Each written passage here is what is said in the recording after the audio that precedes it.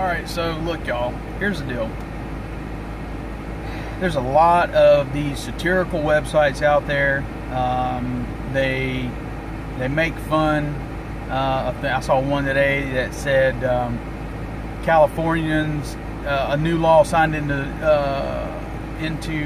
the books that Californians have to register Bibles as assault weapons. Obviously, that's a satirical site.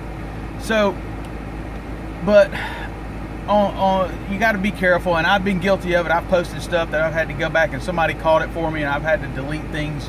But right now, we're in a situation where there's a lot of things that have come to light. Today's society has been influenced by an influx of subliminal messages and basically thought training. Even if you try to tell them black is black and white is white, they're not going to listen to you. They don't want to hear that, and even if you have plain facts right in front of you, they ain't going to believe you.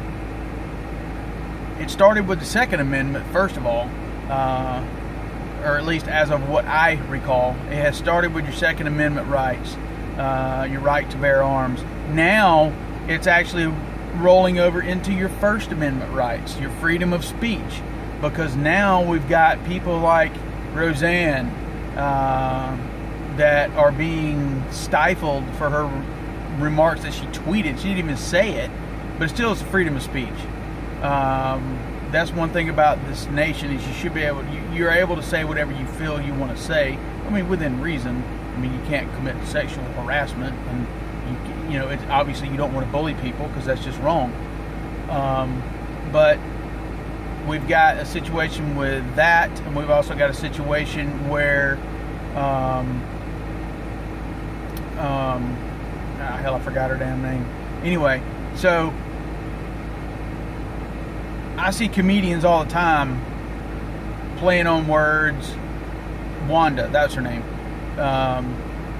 So Wanda calls our president an orangutan, but that's okay. We've got night show hosts that make jokes, but nobody ever says anything. Now, granted, Roseanne's statement was in poor taste, but at the same time, she's a comedian. She just says whatever comes out. She says whatever pops in her head. And that's what that tweet was. Exactly that. I mean, that's like if I'm driving down the road and I see, if I see somebody trip and fall, I'm gonna make a joke. I mean, look at that dumb motherfucker. It fell down. Of course. It doesn't matter. People all the time, people make jokes, period. They may be distasteful sometimes, but hey, you know what?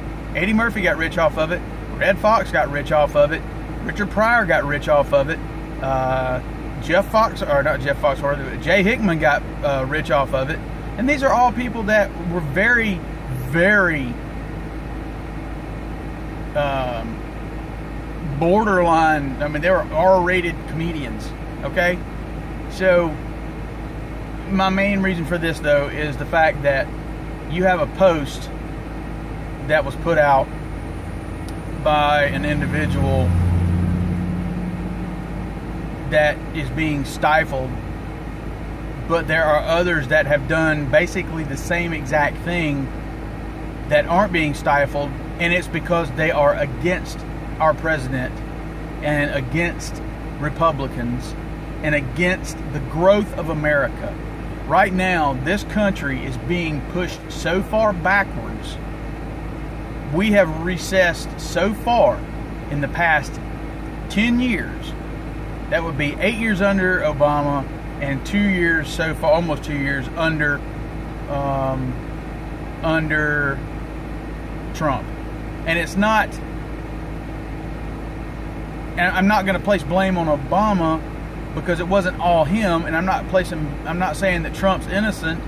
He's having to try to get us out of this recession, or not recession, but this receding of our our political views with the black and white.